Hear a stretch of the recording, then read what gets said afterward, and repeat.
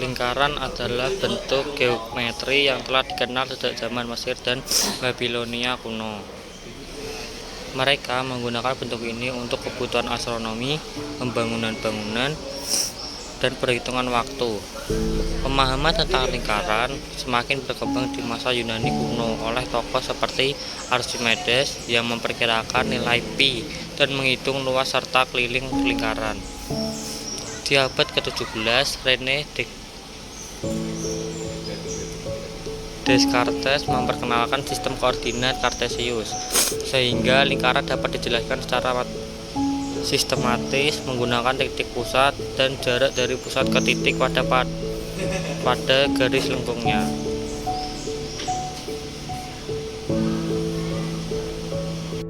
Lingkaran adalah himpunan semua titik pada bidang datar yang memiliki jarak yang sama terhadap satu titik tetap yang disebut pusat lingkaran. Jarak dari pusat ke tepi lingkaran disebut jari-jari. Dalam pembelajaran matematika, khususnya geometri analitik, kita mempelajari cara menentukan pusat dan jari-jari sebuah lingkaran berdasarkan bentuk matematisnya. Kita juga mempelajari hubungan antara lingkaran dengan titik, garis, dan bentuk lain, serta bagaimana gambarnya di bidang koordinat. Konsep panjang garis singgung atau PGS. Panjang garis singgung atau PGS dalam konteks lingkaran adalah jarak terpendek dari sebuah titik di luar lingkaran menuju ke titik singgung di lingkaran itu. Garis ini selalu tegak lurus terhadap jari-jari lingkaran di titik singgungnya. Dalam matematika, kita mempelajari bagaimana menghitung panjang garis singgung dari sebuah titik di luar lingkaran, serta bagaimana menentukan jumlah garis singgung yang dapat dibuat dari satu titik ke lingkaran. Konsep ini penting terutama untuk mengubah posisi dua lingkaran yang saling bersinggungan atau ketika menyelesaikan soal-soal geometri yang berkaitan dengan jarak dan pertemuan antar bentuk. Saya membuat sebuah referensi garis singgung lingkaran dalam bentuk buku ketiga elemen. Dalam karya Apollonius Conics, ia mendefinisikan garis singgung sebagai garis yang tidak ada garis lurus lain berada di antara garis itu dan kurva. Archimedes menemukan garis singgung pada spiral Archimedes dengan mempertimbangkan jalur perpindahan titik sepanjang kurva. Pada tahun 1630-an, Fermat mengembangkan teknik adekualitas untuk menghitung garis singgung dan masalah lainnya dalam analisis serta menghitung garis singgung parabola. Teknik adekualitas serupa dengan mengambil perbedaan antara fx plus h dan fx serta membaginya dengan pangkat 2 dari h. Secara terpisah, Descartes menggunakan metode tegak lurus berdasarkan pada observasi bahwa radius lingkaran selalu tegak lurus dengan lingkaran itu sendiri. Metode ini mengantarkan pada pengembangan kalkulus diferensial pada abad ke-17.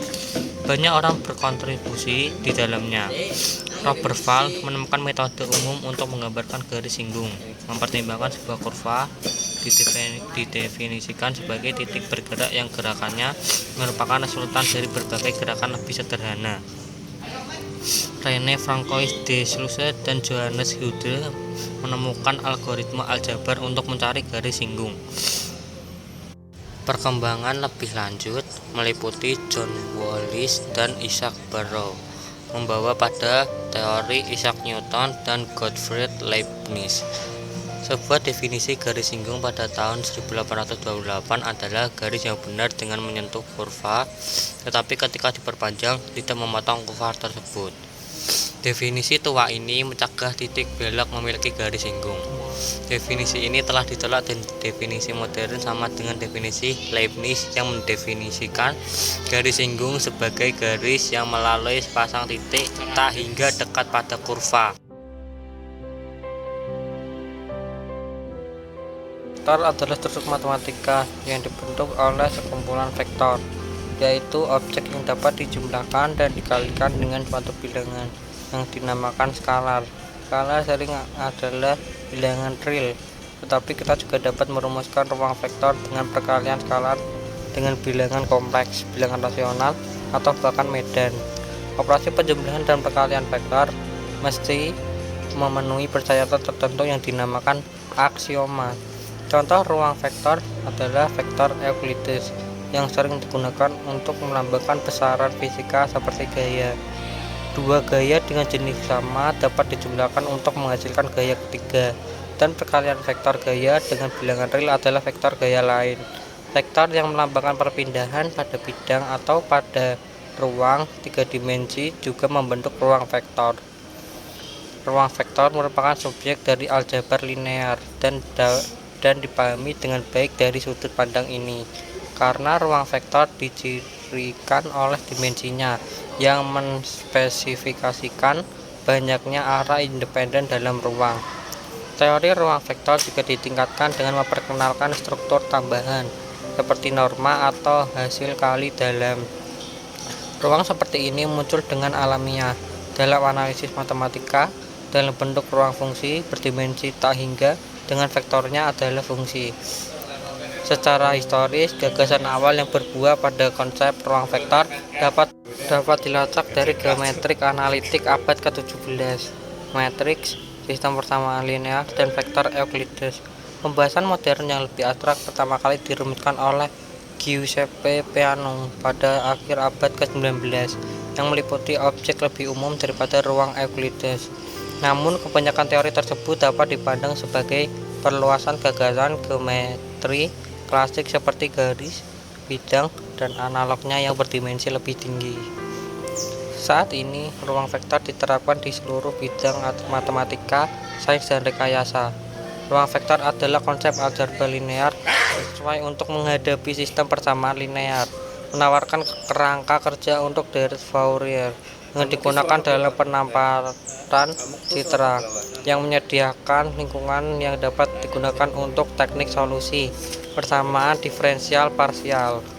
Lebih jauh lagi, ruang vektor memberikan cara abstrak dan bebas koordinat untuk berurusan dengan objek geometris dan fisik seperti tensor. Pada gilirannya ini memungkinkan pemeriksaan sifat lokal manifold menggunakan teknik panlinear.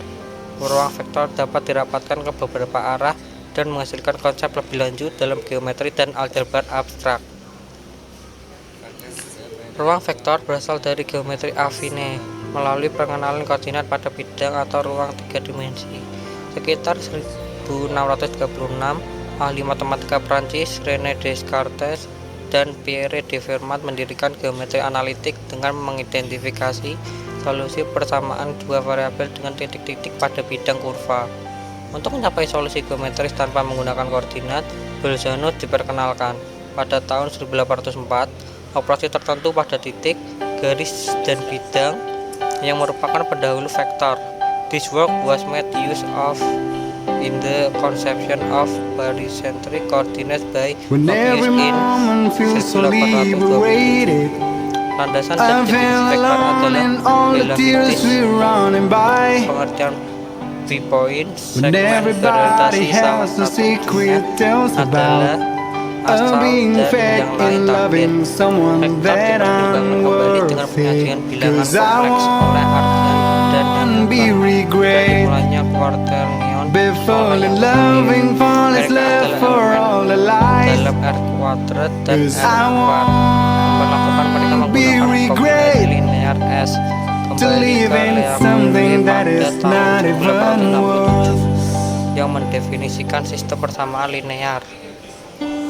Pada tahun 1884, Kelly memperkenalkan notasi metrik yang mengharmonisasi dan penyederhanaan peta linear. Sekitar waktu yang sama, Boltzmann mempelajari kalkulus barycentric yang diprakarsai oleh dia membayangi kumpulan objek abstrak yang berkali dengan operasi. Dalam karyanya, konsep kebebasan linear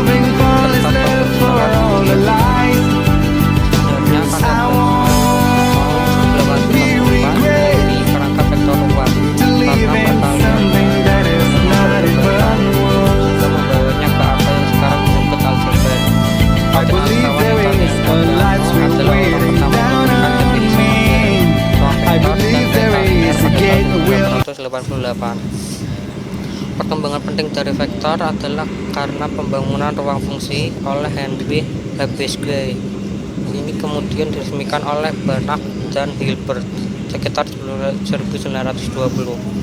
Pada saat itu, aljabar dan bidang baru analisis fungsional mulai berinteraksi, terutama dengan konsep-konsep kunci seperti ruang LP dan ruang Hilbert. Juga pada saat ini, studi pertama tentang ruang vektor berdimensi tak hingga telah dilakukan.